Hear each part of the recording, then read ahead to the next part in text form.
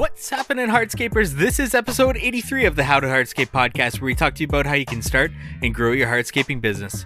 And today we're joined by Paul Jamison. He is the host of the Green Industry podcast and author of the new book, Cut That Grass and Make That Cash. And he talks today about his experience in the green industry, stories of business ownership to starting a podcast, and now a new book. If you haven't already started following Paul over on the Green Industry podcast, I urge you to do so. He's got hundreds of episodes, valuable episodes about business ownership in the green industry and beyond. Tons of different topics, lots of great advice on that podcast, and lots of great stories that Paul shares. I think he's a great storyteller and provides a lot of value within those stories that he has to share.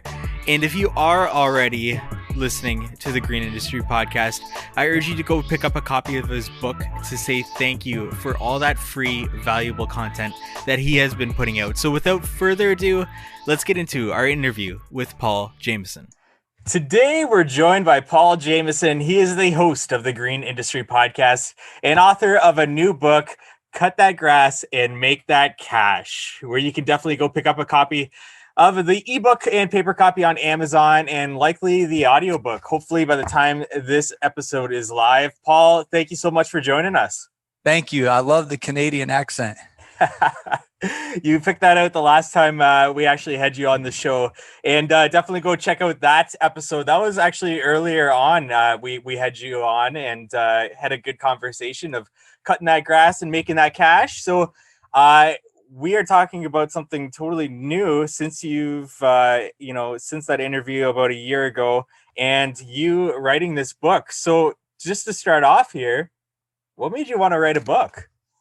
Well, I'm in my second decade now in the landscaping business. And so I'm constantly talking to, young contractors, young entrepreneurs, and they're telling me, hey, can you give me some tips? Can you teach me? Can you, just asking me if they want to not repeat the mistakes that I made. And so I kind of have my elevator pitch. I can kind of share my story in 5 minutes. Like, here's what I've learned. Here's what not to do. Here's what to do.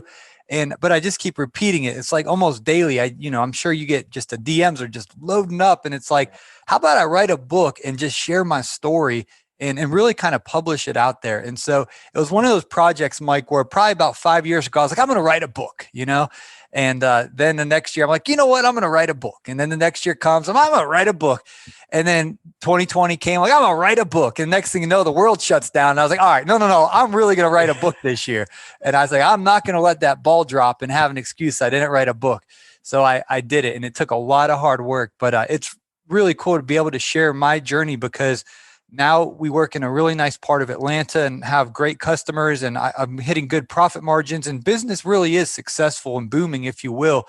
But it wasn't like that. My first 4 or 5 years, it was a challenge, and I was making all kinds of mistakes. So actually in the book, it's not an Instagram highlight reel. It's more of the low point stories that they're not glamorous, but I really went through a lot of difficult times and jobs I lost money on. I share all these stories not just to make people laugh. I try to share them in a humorous way, but then I share the business takeaway of here's what not to do, or here's the valuable lesson I learned in that wound and scar. So it's a project that I'm really proud of and thankful that it's out there. And if you listen to the Green Industry podcast, Paul Jamison is a great storyteller. And I haven't read the book. I'm waiting on that audiobook, but just going through the chapters and skimming through it, I know that there's a lot of great stories in here, and you're telling your stories of these struggles. And it's especially something that I try to pull out of my guests too, these struggles, because if we get these out there and into the industry, people will learn from these struggles and implement things that'll help them prevent these struggles. And that's really the learning points that we can use to push this industry forward, to help business owners. And so my question to you is, what has been some of your biggest struggles as a business owner that you've learned from, and maybe you've told in this book, and you tell other people when they ask you, what has been some of your biggest struggles that you've learned from in your business?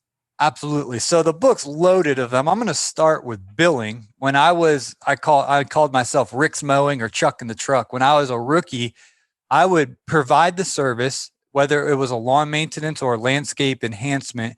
And then I would go through this process of trying to collect the check, right? They'd put the check under the mat. I had one woman, she would put the check in her grill. this greasy, nasty grill. She'd put it in a Ziploc bag and she'd put the check in the grill. Well, what happens is then sometimes they forget. So they go to work and they forget to put my check under the mat. The worst was the check in the mail, right? Oh, yeah, we put the check in the mail. And then it never shows up. And then you're like, I didn't get the check. No, my husband sent it out. And you're going back and forth and there's no payment. And it's just this headache. And so then eventually I got to using CRM and getting a card on file. But then and I share about this in the book, I really was able to get my billing down now where 100% is prepay. So if I get a new customer, I let them know, hey, our company policy is we put your card on file and we actually charge it the first of every month. So I get paid on, February 1st for the work we do in February, March 1st for the work we do in March for the maintenance accounts. So I'm always ahead now, where when I was early in my business, I was always behind and stressed out and over communicating to try to collect money. Now it's on autopilot. And then when we do larger jobs, I take a third up front. I take a third the day that we begin the job, and then I take the final third the day we complete the job, but it's all with card on file. So anyway, that's been life-changing alone, just having a bunch of money in the bank versus doing this juggling act where I got all these bills and I'm trying to I can't wait till I get this check so I can pay that bill. And I was a juggler. And now there's more of a security, if you will, that I know I have the payment up front and I'm not stressed out about getting paid. And so that's just one little example about how I learned to go from collecting cash and checks to collecting cards on file and getting paid ahead of time. And of course, I wrap a bunch of humorous stories in there of some of these horror stories of I did jobs, Mike, where I never did get paid to this day. And I did jobs where I had one guy, he only paid me $60 when he owed me $80. He's like, he was on vacation. He's like, you guys didn't mow by my swimming pool. I was like, yes, we did. And he's like, prove it. And I was like, well, how? It's like, a month later now we're arguing about if we mowed and there's, so anyways, he's like, get off my property. And he only gave me a check for $60. So those days are over, man. Yeah. Now, when it comes to this card on file thing, I imagine that a big reservation of a customer that might not be used to this type of thing would say, well, Paul, I don't want you having my credit card information. Or maybe they just don't know you. They're a new customer and they're just looking for somebody to take over and your name came across. That might be a big reservation from them. So what do you say to them with these reservations about your company policies? Maybe not just card on file, but anything that if they have a reservation about it and they come to you with it. Yeah, let me answer that in two ways. First, I want to talk to the hardscapers out there, the landscape contractors, and then I'll share what I would share to Mrs. Smith. And it comes down to poise and confidence. I share in the book about McDonald's. Y'all have McDonald's up there in Canada? Oh, yeah, we do. Okay. So when you go to McDonald's, not that I recommend it for the nutritional value, but when you go in, the process is very clear. You walk up, you place your order, and then you pay. After you pay, you get your Big Mac and fries, right?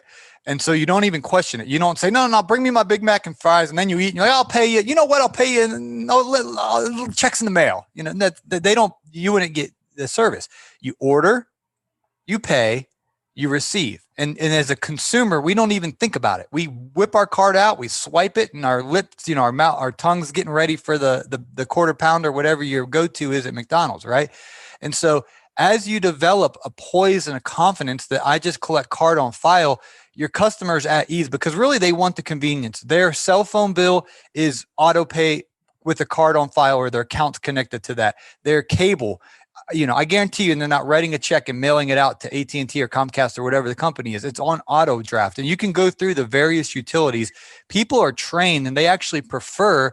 I have all my bills on auto pay. I don't want to have to worry about missing a payment or anything. And so they're already used to that. And so now that I'm used to it, I deliver it with a poise and a confidence. And I just say, our company policy is we collect a card on file. And I break it down. Our season for here in the South, a lot of guys will go 8 months a year. I personally do 12 months, but for the 8 months, I'll start their program. I'll say, okay, we're going to start on March 1st and go through November 30th. That'll be 40 services for the year. I'm going to divide that by 8 payments so that we're only doing 8 transactions. And I'm going to charge it on the first of each month. Now, if you'd like us to come in December or January or February, it will be, $61 a la carte, and we could just charge your card for if you want us to come the day before Christmas and spruce things up, for example. But I make things very simple for them and understand you're only going to have 8 easy payments throughout the year. It's going to be the same amount in the first of each month. That's for maintenance. And then if we do larger, $10,000 job, I'll just tell them, I'll say, hey, There's a link connected to the bid I just sent you. If you pay the $3,333, we'll get your job scheduled. And then when you pay the day that we start, we'll charge the card again that morning, $3,333.33. And then the day we finish the job before we leave the property, we'll charge your card the final amount. And it's just the way I deliver it with poise and confidence. They don't get nervous and think, I kind of have control, I have command. And so I really, Mike, to be perfectly honest, I haven't had an issue with it. My only issue, and this was tough, this was with my pre-existing customers that were used to putting the check on the door. They were used to putting the check in the mat. I did have some friction, and I actually lost some of those customers, to be frank and honest with you. Some of them I wasn't able to get over, but the new ones, I don't have a problem, because people want convenience and they're used to, the card on file system. And it's not like I'm getting out a yellow pad, say, okay, give me your card number, expiration date. It's electronically, it's safe. And so I personally have not had any issues other than trying to transition my old customers. And I was not successful at that completely, but that's okay. They're gone. And I got great customers now that do have their card on file. Yeah, a couple things with that. That really does translate to our industry, because with you being maintenance, it makes sense to have that card on file. And those landscape installations where you might be doing that yearly, having that card on file and getting that upfront payment. But also that poise and confidence translate directly to our industry in making sure that you have that cash flow, that you're taking that upfront payment, big lump sum, to ensure that you're going to get through that whole project. So like you said, poise and confidence to not be taking, 10% down, because that's not going to get you through the halfway point of that job and getting those materials on site. So that poise and confidence really does translate over to this industry.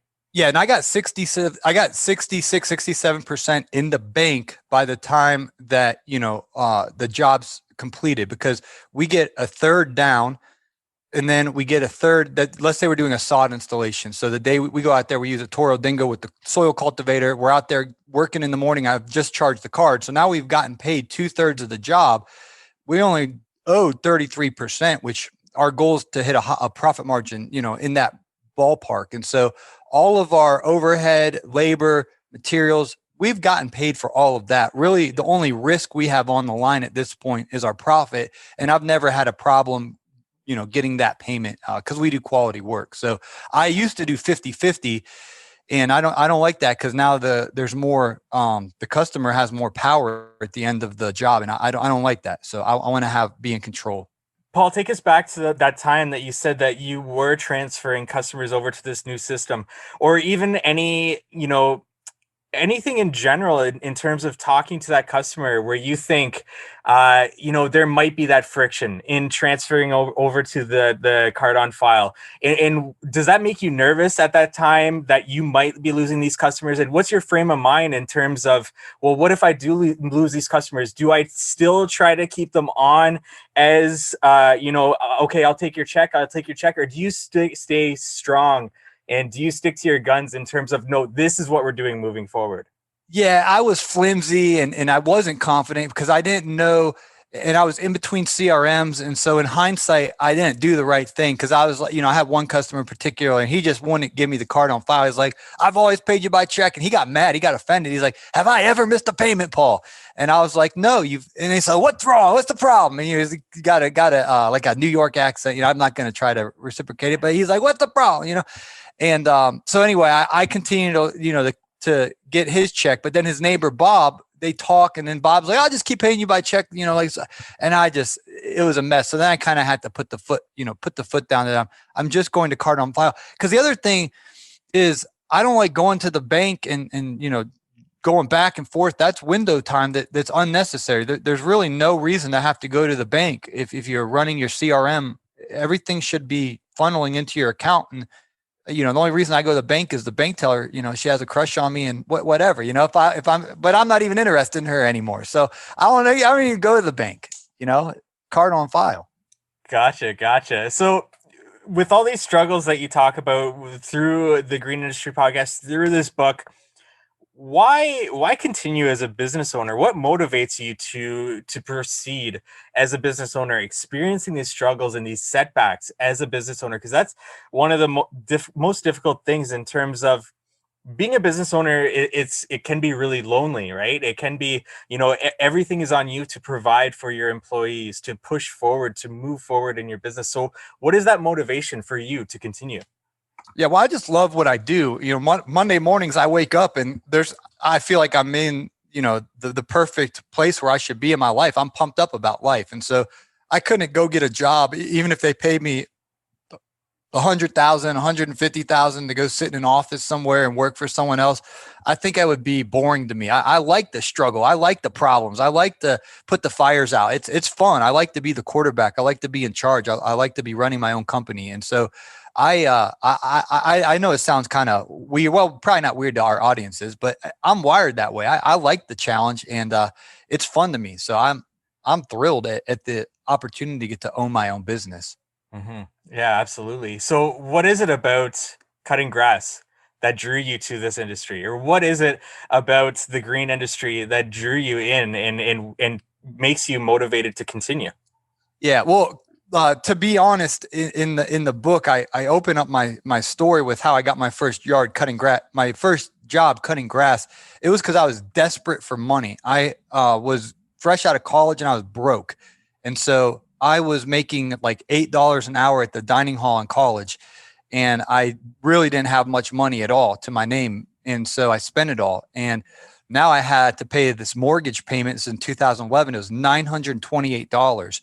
And then I had my student loan debts and I had some credit card debts, and I didn't have a job and I didn't have that kind of money in my bank account. So I was desperate, and I didn't know what to do. I'm sitting there thinking, literally, I thought about robbing a bank. I was like, well, it'd be rolling the dice, but I could get the money to pay the bills. Or I thought maybe I could go to Vegas, and because I'm good at gambling. And I thought, well, if I go out there and I pick the right teams, I could win. I could have enough money for, I didn't have the money, Mike. I was broke. Literally broke. Okay. Some guys say they're broke and they have like 12 grand in the bank. They're like, things are getting tight. I was like, no. I was broke. Okay. And this is 2011. And so I was walking through the neighborhood, and the neighbor's yard was all overgrown and it was for sale. And it made no sense to me because, like, if your house is for sale, why wouldn't you cut the grass? So I called the real estate agent, and she thought I was a lawn care company and I was just the neighbor. And she's like, how much would you charge to cut my grass? And then I was like, $60. And I said, okay. And so I cut the grass and I got $60. And I was like, you know what? If I can get $60 from 40 people, then I can have enough money to pay my rent. And so I had a Walmart lawnmower, and I was out of desperation. I started cutting grass. And then I realized that I didn't necessarily like cutting grass. I liked making money. So it wasn't a passion for cutting grass. It was a passion for making money. And then as I got into the industry, I started realizing, well, the profit margins aren't in lawn cutting, lawn maintenance. They're more in what you guys are doing with hardscaping and landscaping. So I started to find my wheelhouse in putting in sod and ripping out front yards and giving them a brand new front yard with some boulders and some sod and some flowers and garden bed, and doing these $5,000 to $10,000 front and backyard renovations was my wheelhouse where I got better profit margins. And so then I started doing those, and then I just things just kept evolving and evolving. So I'm not I don't wake up thinking, oh, I want to go cut grass, but I wake up and I enjoy making money and making a profit. So having said that, do you recommend people getting into lawn maintenance to transition towards that landscape install, to use that lawn maintenance as kind of like a funnel to get them into that landscaping? Absolutely, because it's low risk, and what you guys are doing is high risk, high reward, and it takes a lot of skill, experience, and there's a lot on the line when you're doing a big hardscape job. When you're cutting, Miss Susie's grass for $35, it really doesn't take that much skill. I mean, if your blade's sharp and you know how to kind of color in do a border and then follow your line, it's not that hard. What you can start getting into, being a cut above the competition with having very sharp blades. That's going to make the stripe look better, and the cut's going to be cleaner. And I like the edge around the hard, the driveway and the sidewalk and the street. I do a nice hard edge there, and then I blow out the channel, so good edge. And there's little things you can do to set yourself apart, but it's very low risk. It's very easy. And it doesn't cost that much money. You can get a brand new powerful blower for $600.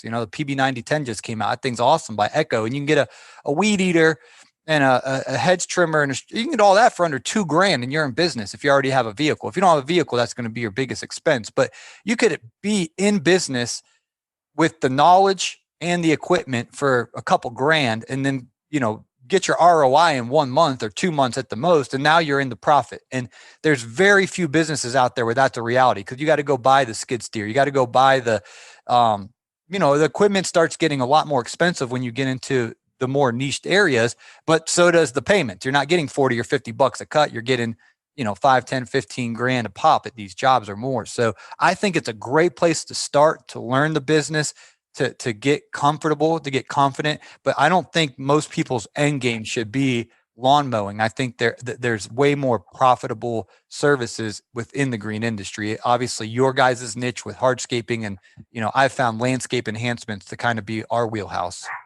Definitely. So what was that entry point for you into that landscaping?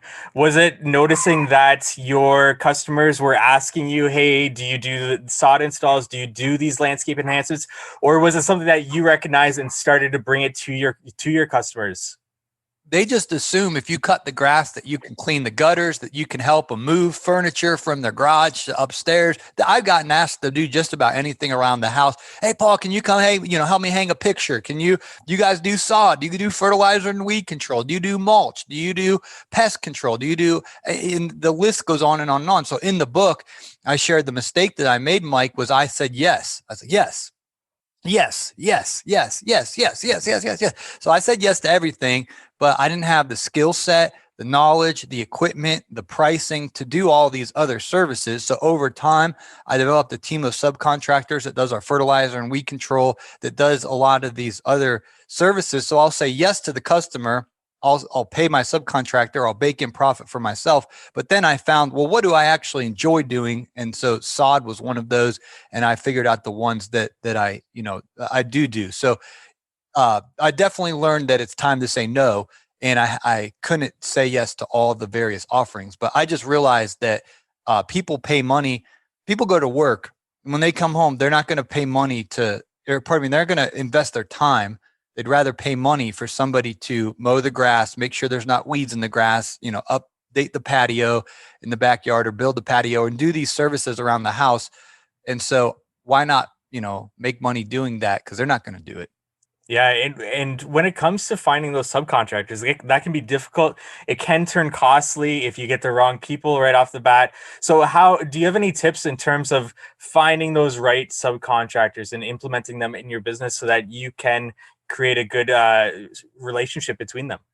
Yeah. And in the book, I shared a horror story of a really bad subcontractor that I used that cost me a relationship with my customer, and it just went south real fast. And so I learned real quick that not all people are good people in this industry. And there's some, very dishonest and just unprofessional folk out there. And so I learned that firsthand. And then I did start figuring out that great people kind of know each other and are networked together. So when I found my tree guy, he's like, oh, I know a really good stump grinding company. And so my tree guy's Chance, he referred me to Scotty. And then Scotty referred me to a great grading company, Joe. And so now I know, now, and Joe, of course, knows someone else. And it just was like, these good people know good people. And so if I found somebody, Mike, who, showed up when they said they show up, did a very good job, they're, professional in their operation, then I start picking their brain. Hey, do you know somebody who does this? And I just found this web of great people. And I actually wrote a whole chapter in my book. It's called It's Great to Know, It's Good to Know Great Subcontractors. And so now I have a team of great subcontractors, but I'm in year 11. I didn't have that year 3 or 4. It took time. It took trial and error.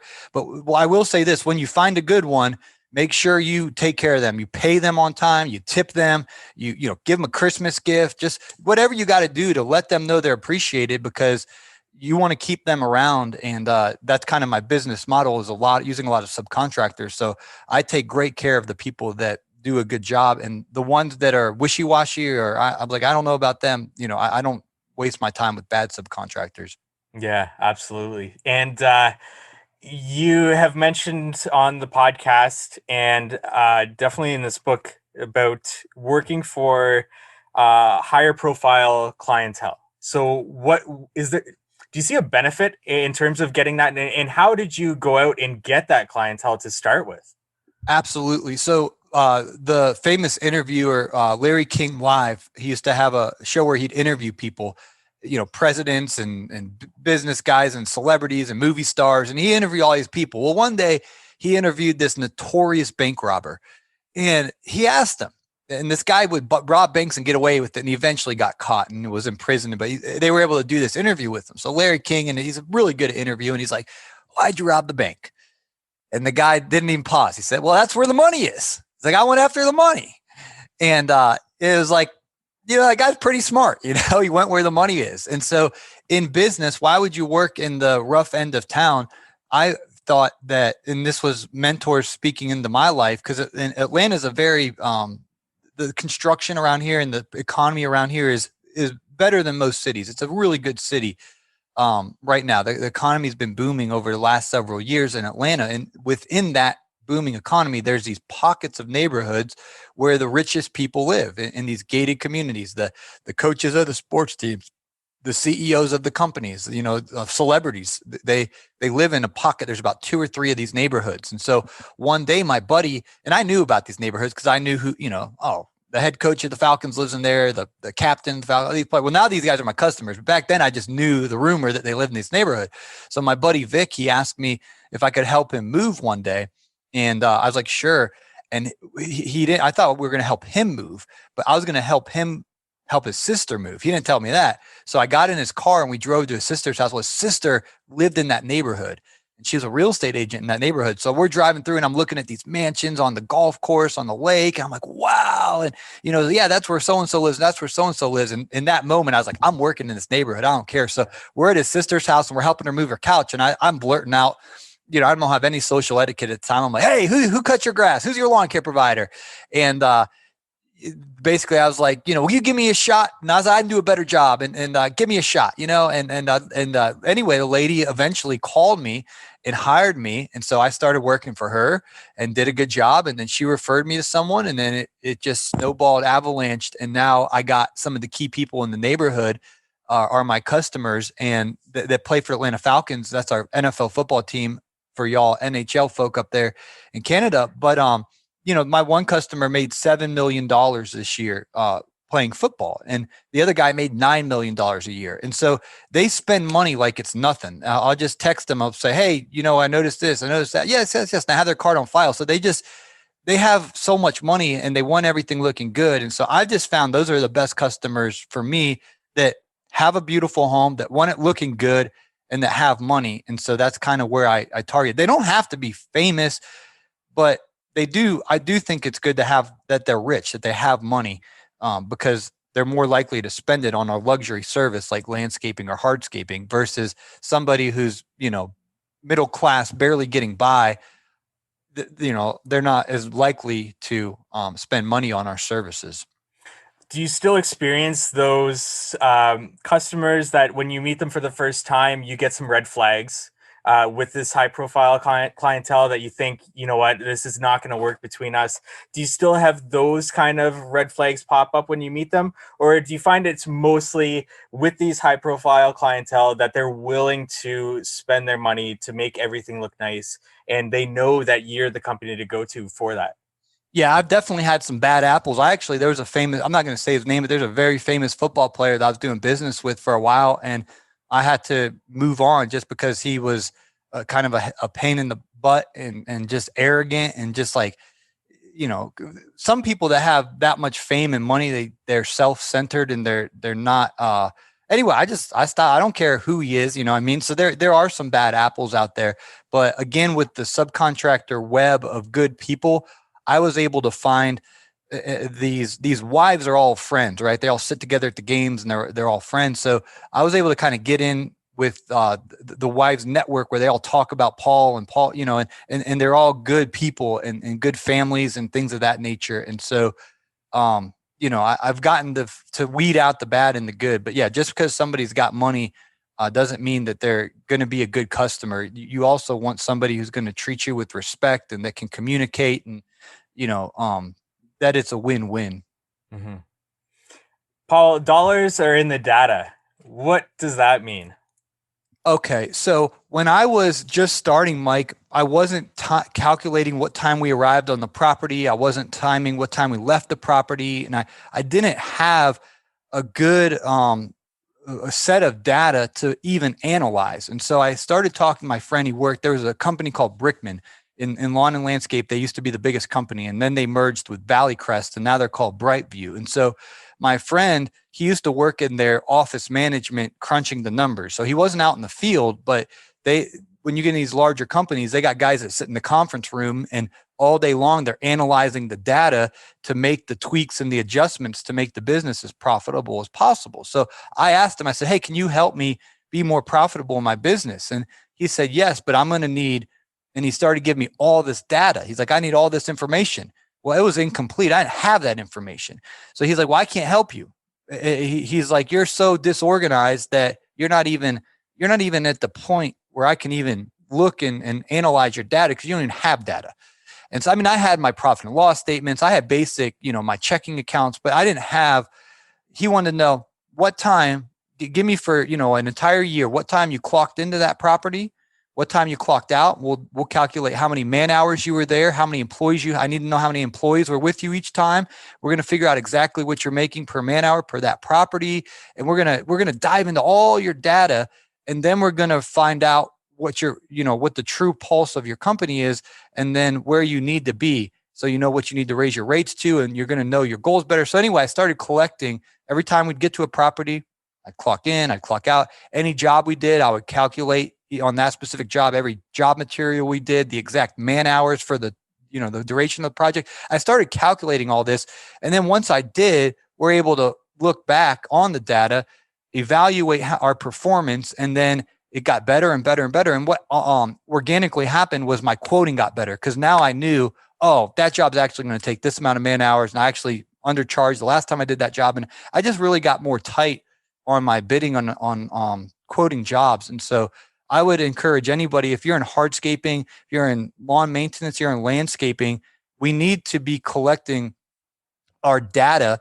And the second thing I'll say to that is we own information businesses. So we think we own a hardscaping company or a landscaping business, but we also own an information business. If we go to sell our business one day, if we have all of our customers' data, well, in the temporary, we can market to them through email marketing campaigns.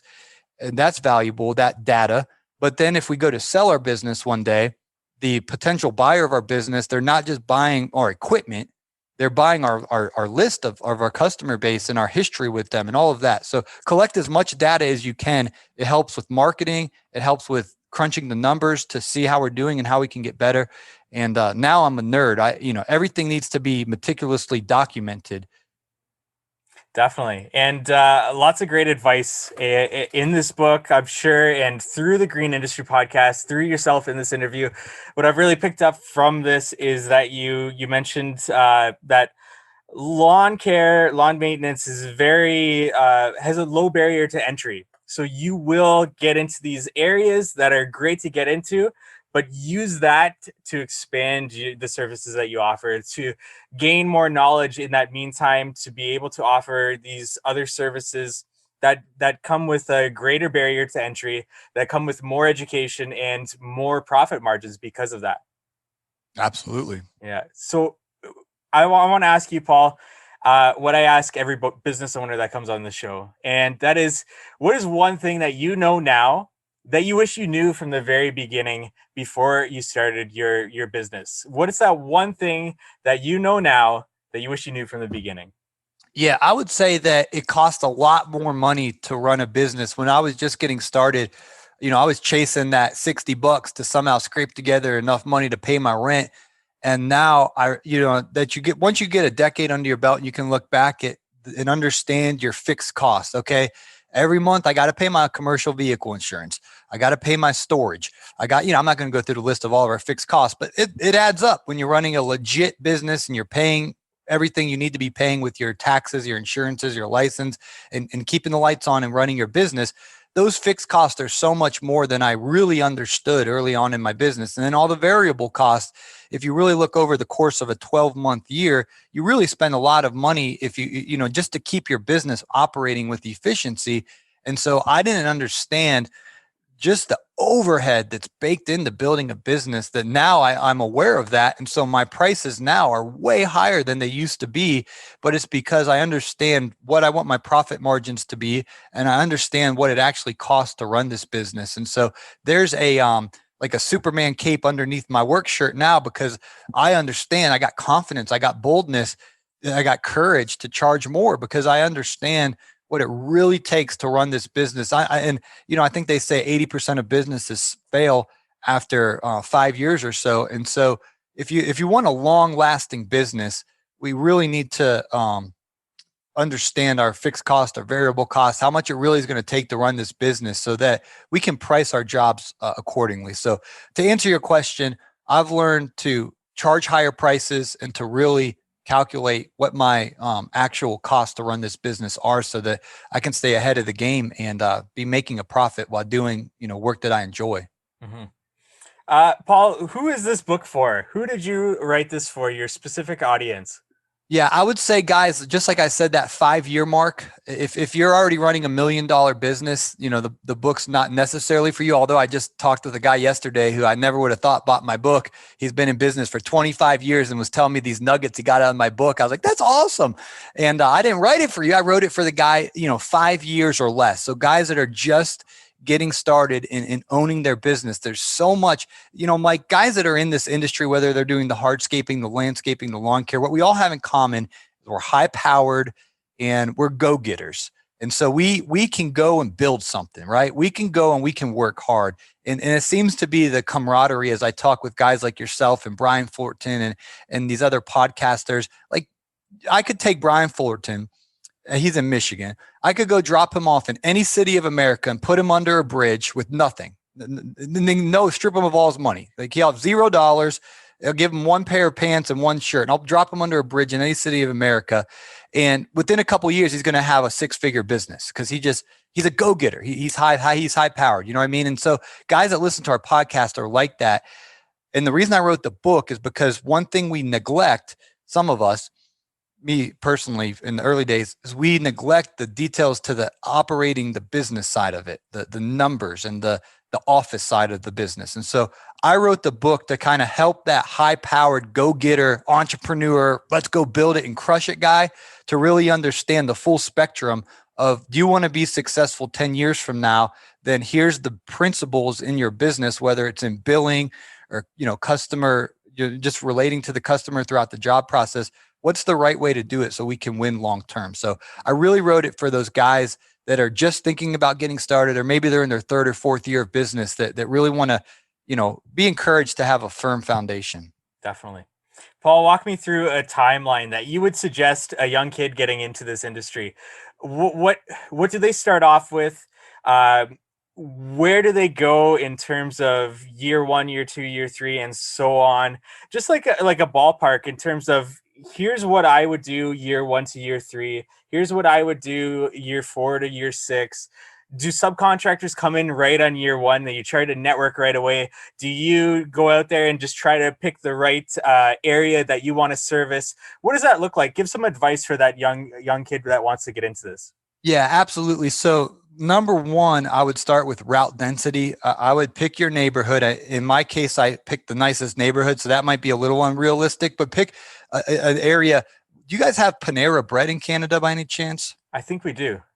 Okay, well, here in America, Panera Bread, they only are in the nice parts of town. And so I tell the young guys, I was like, go pick a neighborhood by Panera Bread, because they've already done a lot. They spent a lot of money on their research team to find where to put that store. And they only put it in the upper middle class part of town because they know that the store will perform better there, right? Because it's not everybody goes and gets a cup of coffee and a bagel. It's kind of like a luxurious place. And it's not like a drive-through like Dunkin' Donuts or Timmy Ho's. So anyway, I tell them, I was like, go find a Panera Bread and then find a neighborhood or area that you like by that. And then just get a route density and blitz that area. And I encourage guys, as they name their company, even, you might go and sell your business one day. So don't call it Rick's Milling, but if the name of the area is Duluth, that's the name of our area here, name it Duluth Lawn Maintenance or Duluth Lawn and Landscape. So when you go to sell it, you want to build it with the end in mind that one day you might sell this thing for a bunch of money. And so, pick a name that's good to sell.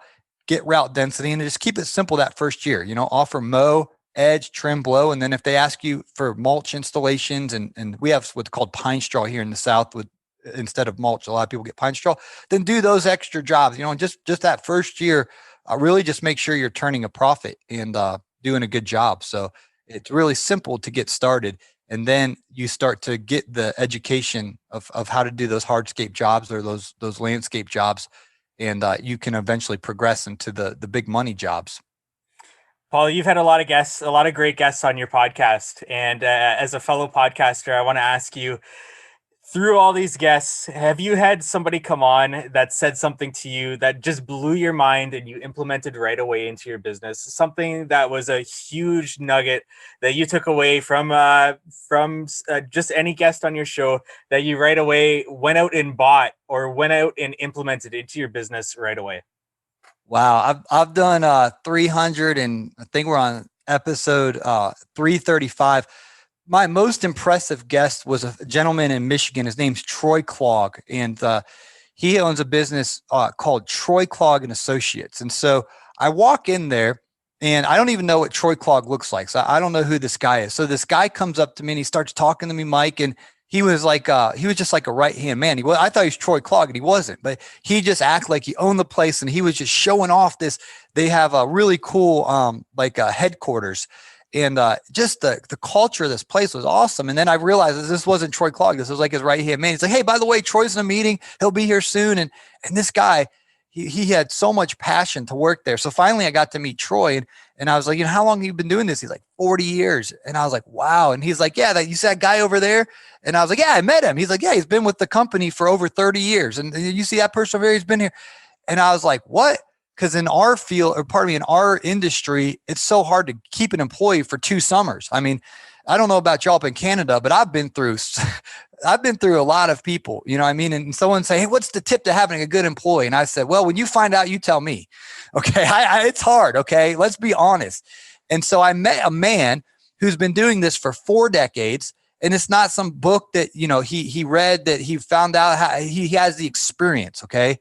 40 years of doing this. And he's got guys that have been with them for 30 years. So then I asked them off air. I was like, why are you still working here? This, that, and the other. And they kept saying the same word, culture, culture, culture. I just love coming to work. Troy, he's such a great leader. And he, just all the benefits they get, not just financially, but he focuses on culture.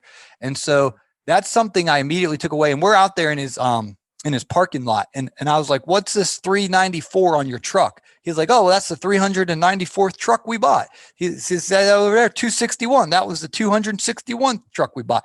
I was like, you buy 400. I'm like, you bought 400 trucks? And some of them are snowplows. He's like, well, not all at once. It's been over 40 years. And not all of them are in service, but, a few hundred of them were. And I was like, wow. And so I immediately left that interview and I was like, how can I get my culture better? My team's small. I don't have hundreds of employees like him, but that was the most, just shot of confidence to build a culture where people want to work here, where people, want to work for my company. And how can I create that? And it starts with me. I want to work. I have to want to work here. I have to love what I do. And then just that snowball effect. So I know we talk culture, in sports a lot, but in business, it's so important that we build a culture that our employees and our subcontractors, they want to be a part of our team. Definitely. Well, Paul, I'm really drawn to you because of your passion and your voice. And when you speak about this industry and you speak about, I hear you on the podcast and the stories that you tell, it's obvious that you have passion and you want to help the people that are listening into the podcast, to the people reading this book. So I just want to say that it is extremely motivating to see what you got going on with writing this book, with every podcast episode that you put out. Where can our audience go to pick up Cut That Grass, Make That Cash?